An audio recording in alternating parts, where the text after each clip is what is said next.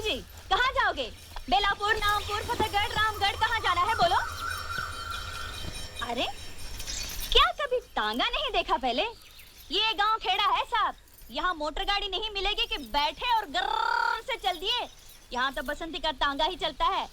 देखो मुझे बेफिजूल बात करने की आदत तो है नहीं, चलना है तो बोलो चलना है। अरे भाई हमको तो चलना ही है। नहीं चलना है तो ठीक है, कोई बात नहीं। अब बसंती से कोई दुश्मनी तो नहीं हो जाएगी। तुम बाहर निकले तो मैंने सोचा कि तांगा करोगे तो पूछ लिया। अब कोई जबरदस्ती का सौदा तो है नहीं। बैठे बैठे नहीं बैठे नहीं बैठे। अरे ये तो बसंती का तांगा है, किसी जमींदार की बेकारी थोड़ी है कि मर्जी न मर्जी करना ही पड़े। तो आज तो वही मिसाल हो गई कि हाँ चलिए, चलना है यार। हाँ तो आ जाओ, मैंने कब मना किया? देखो मुझे बेफिजूल की बात करने की आदत तो है नहीं, इसलिए पहले इसे बोल देना अच्छा है।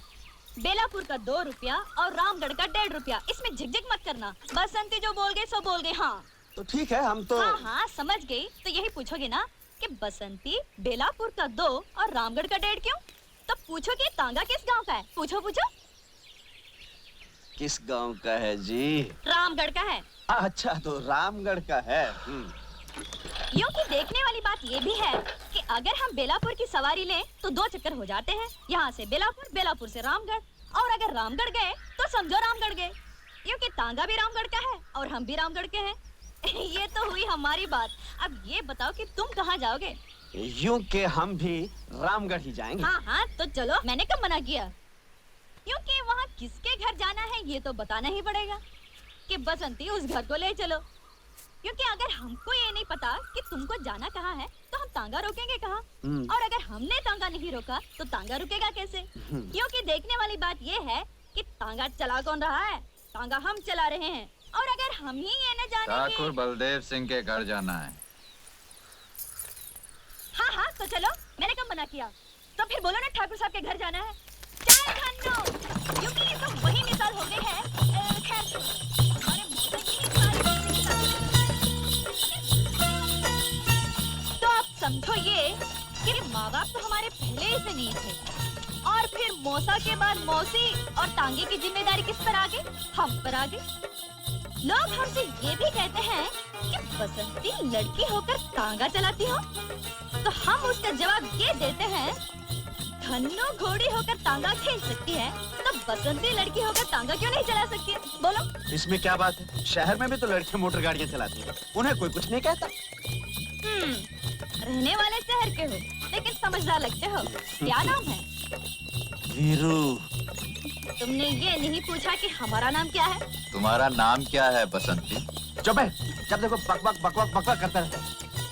क्योंकि हमने आपसे तो बात नहीं की थी, लेकिन अगर हमसे ये पूछ ही लिया तो हम बता ही देते हैं, हमारा नाम बसंती है। पहली बार सुना ये नाम। बसंती? बड़ा प्यारा नाम है। हमारा नाम बसंती क्यों रखा गया? इसके पीछे भी एक बात है। क्या बात है? बताओ। वह ये कि जब मैं छोटी सी थी तब मौसी के देवर की सास ने कहा क्या कहा?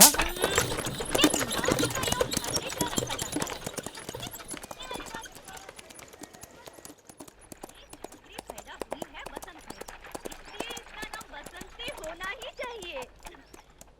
बस धन्नो रख जा सवार। हाँ ये रही ठाकुर साहब की हवेली। यूं की कमाल हो गया, तुम लोगों की बातों में रास्ते का पता ही नहीं चला।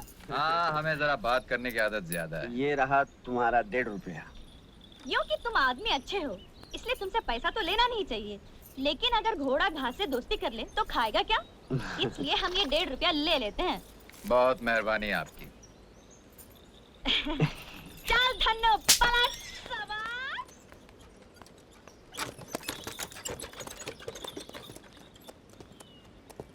हाय क्या प्यारी बातें करती है।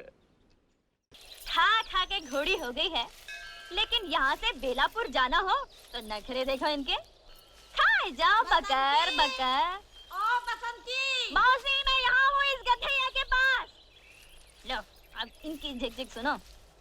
अरे वो छोकरिया, दिन भर हवाई घूमती हो, मगर मैं कोई काम बोलूं तो जू नहीं रेंगती कान पर। लो और सुनो। अरे मौसी तुम तो बस हुक्का पानी लेकर चढ़ जाती हो, सुनती तो हो नहीं। कौन सा काम कहा था तुमने? वैद्य जी के पास जाने का ना। तो मैं गई थी तुम्हारी दवा लाने के लिए वैद्य जी के पास। अब वो थे नहीं तो मैं क्या करूं? पड़ोसी कह रहे थे कि वो बहुत बीमार हैं और दूसरे गांव गए हैं दवा दारू लाने के लिए। ओहो, मैंने तो वैद्य का नाम भी नहीं लिया और तूने पूरी कथा सुना दी। तो फिर कौन सा काम कहा था? कच्चे आम लाने को नहीं कहा था अचार के लिए? पर तुझे याद रहे तब ना। कच्चे आम? हाँ कहा तो था, अभी लाती हूँ। इमाम साहब, मैं आपको छोड़ दूं? कौन? बसंती। हाँ। आज तू है। कितने बरस हो गए मुझे इस गांव में। तू तो पैदा भी नहीं हुई थी, लेकिन आज तक मस्जिद की सीढ़ियां मैं बाद में उतरता हूँ। कोई ना कोई सहारा पहले दे देता है। हाँ हाँ, तो क्यों नहीं देगा सहारा? क्योंकि ऐसा गांव में कौन है जो आपकी इज्जत नहीं करता हो? जो इज्जत करेगा, जो मान देगा, वो सहारा क्यों नहीं देगा? वो तो देगा सहारा। क्योंकि देखने वाली बात ये भी है कि इतनी बकबक कर लेती है तो अहमद को समझाती क्यों नहीं? तुझसे तो थोड़ा छोटा भी है उम्र में। क्योंकि हमें समझाना तो बहुत अच्छी तरह आता है इमाम साहब, और आपके बेटे को भी समझा सकते हैं।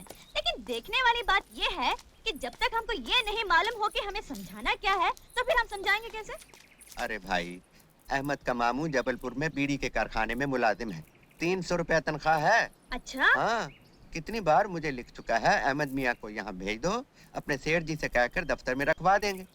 लेकिन ये अहमद है कि जाने को तैयार ही नहीं है। कहता है आप अकेले हो जाएंगे। कैसी हो दीदी? अरे भाई अहमद, हम तो ठीक हैं, लेकिन तुम ये बताओ, एक तो तुम 10 जमात पास भी हो, अंग्रेजी भी जानते हो, और तुम्हारे जबलपुर के मामू ने लिख भी अरे दिया है दीदी, तुम भी आ गई अब्बा की बातों में। जो मिलता है उसे यही कहते हैं। अरे भाई, बसंती ने पूछा, मैंने कह दिया। क्योंकि हमें बेफिजूल बात करने की आदत तो है ही नहीं। लेकिन सोच लो, ये कारखाना बीड़ी का है। जब तक दिल चाहा काम किया, नहीं तो आराम से बीड़ी पी ली। यानी कि ये तो वही मिसाल हो गई कि आम के आम गुठलियों के दाम। अरे क्या हुआ? आम? मैं तो फिर भूल गई थी। कच्चे आम। कच्चे आम? हाँ, कच्चे आम अचार के लिए।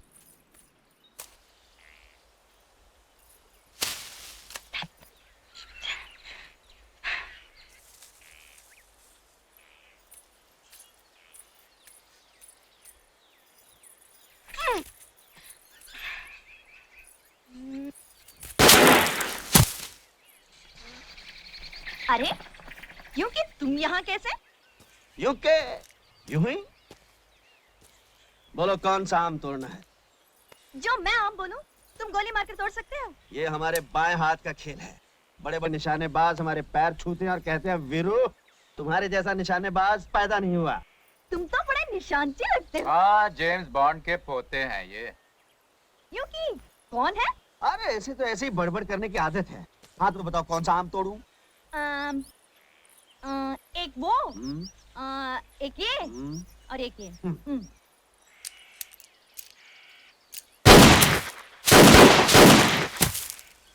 हाँ?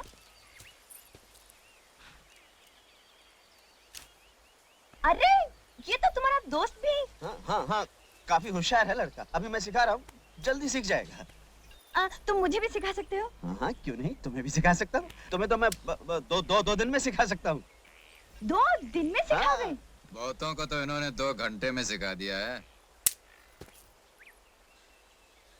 2 घंटे में? अरे इसकी तो आदत है बक बक करने की। तुम्हें पिस्तौल चलाना सीखना है ना, तो इधर आओ आओ आओ। वो आम नजर आ रहा है? आ रहा है ना? हाँ, हाँ। हाँ, अब पकड़ो पिस्तौल, पकड़ो। और ये हाथ ऐसे ऐसे ऐसे यहाँ, और ये उंगली यहाँ। हाँ, और अब आंखें बंद कर लो। मैंने तो आँख पहले ही बंद कर रखी है। क्योंकि ये क्या कह रहे हैं? इसकी तो आदत है बक बक करने की। तुम आंखें बंद करो। बंद की? अब देखो, वो आम नजर आ रहा है? क्योंकि अजीब बात कही तुमने। आंखें बंद करके आम दिखाई देता है क्या? तुमने क्या दोनों आंखें बंद कर ली? हाँ। दोनों नहीं, बाई आंख, ये आंख बंद करो और दूसरी आंख से निशाना बांधो। अब अब गोली चला दो।